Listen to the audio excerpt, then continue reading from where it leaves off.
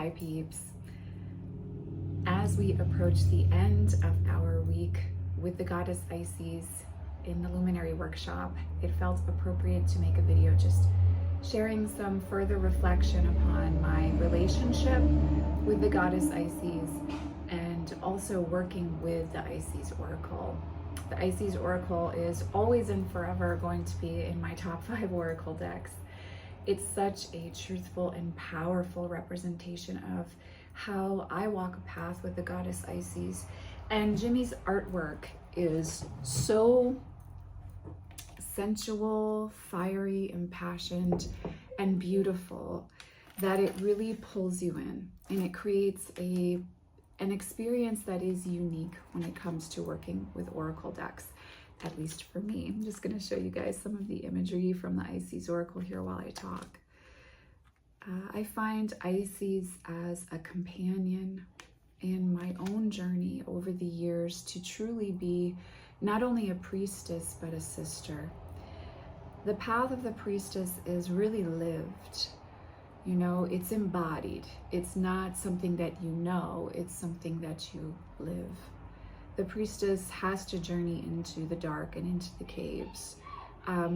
She is not separate from the standpoint of being other than the community that she serves. And Isis in her myths is most certainly a sister and a companion, one with compassion, one with reverence and encouragement.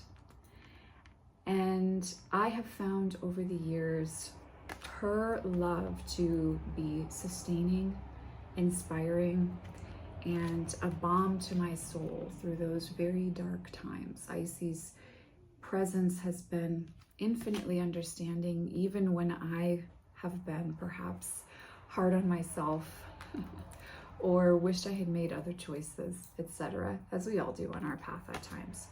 But Isis' love and understanding has always been a space where I have felt heard and safe and inspired.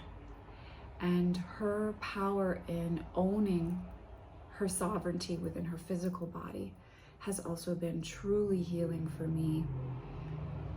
Very much so due to the trauma I experienced as a child through the religious upbringing that I had.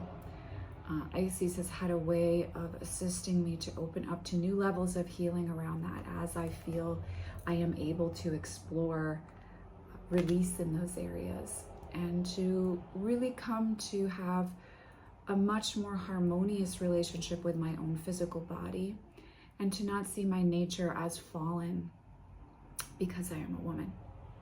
So I find myself profoundly grateful to Isis, especially as I reflect on our journey together and also on the energy that we have all been traversing this week.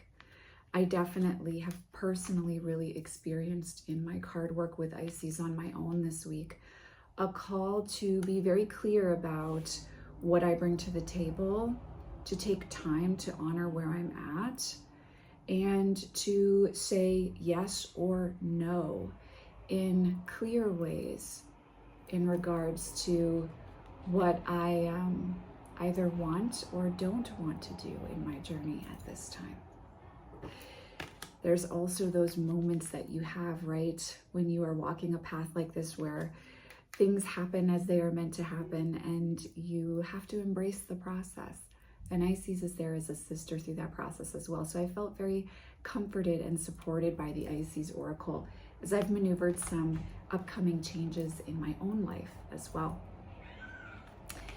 I always feel like Isis is home to me, and the Isis Oracle really represents that space.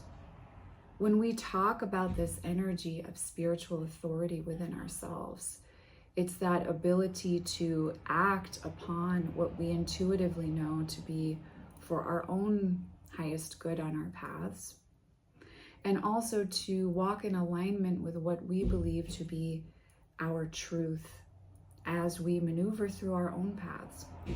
And Isis is not just a spiritual entity. her presence and power in her physical body, her connection to her sensuality, to her sexuality, and to her creative force stemming from the power of creation within her being. There's a real beauty to allowing ourselves to experience that as sacred. And I think this week has really provided, I know me personally, with an opportunity to step into an even more nuanced level with that.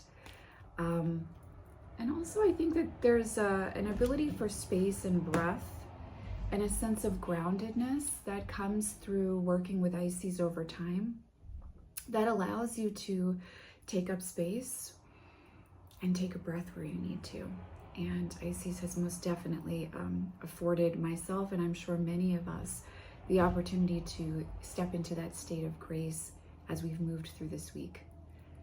And hopefully in your card work with the Ices Oracle, and in the exercises and the homework that you've engaged with in this week as well, you've been able to see how Ices can be not something separate that we worship, but a part of us, and a goddess of whom we are intrinsically a part.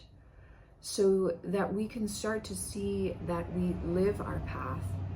It's not something that we aspire to, it's something that each and every moment we are engaging in and experiencing. And I think that there's a real power to that. Having experienced opposite ends of the spectrum in regards to religion and spirituality with this, I can say that there's something really beautiful about feeling like even in your most human moments, you are intimately connected to your spiritual experience and to experiencing divine through the lens of deity as being able to be supportive of you on that path. So, my journey with Ices, when we create or cast something as separate from ourselves, there's always an inevitable fall that ends up happening there. But also we see ourselves as separate from the divinity that each and every one of us are. And Ices, as a lifelong companion for me, has really opened the doorway to finding the divine and experiencing myself as divine, whether I am creating content like this, or washing the dishes, or dealing with a little one with 102-degree fever. In all of these areas, Ices is there, supporting, guiding, fully present, ready, willing, and able to talk, to communicate, and to hold space. There's also a power to working with Ices in that she doesn't put up with a lot of bullshit. So she's not going to engage in fantasy with you. She's going to be honest. But within that honesty and truth is the ability to exhale and to feel supported instead of feeling the need to hold onto a facade for another being. And we can do that even with deity, even with our guides. We can want to only experience them a certain way, only talk to them at certain times. Again, that's that putting something as outside of yourself, as something that you're venerating, as something separate from you. It does create a disconnect, but when you experience deity as really in the trenches with you, which is how I experienced deity on my path, there's something very real that ends up happening, and relationship is built in a way that gives you support and allows you to grow and change on your path. For those of us who are following spiritual paths, change is an intrinsic part of our work. It is not the safe route to walk this type of a path, to fall down the rabbit hole of left-hand path work, of witchcraft, of pagan paths, of working with tarot, of working with myth, working with deity. All of these things open us up, and they cause us to look outside of black and white polarity and right and wrong, good and evil. And there is an immense amount of freedom in that, but there's also an immense amount of responsibility. So Ices will hold you to the responsibility while also supporting you in the freedom to explore what your heart is calling to experience. So I want to encourage you as you move forward through to the end of this week, because Sunday will be the last day of the workshop, to keep exploring with Ices, to look at how to be more embodied in your practice and life. Of course, both are interchangeable if you allow them to be.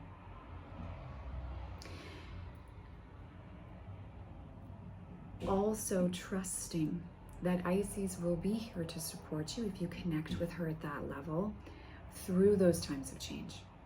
Whether it's a change in career, a change in relationship, a change in friendship group or community, a move. In any of these areas, in all of these areas, Ices can hold a light up in the darkness. And as you find that light and allow it to nurture you, she also shows you that it is your essence that is that light.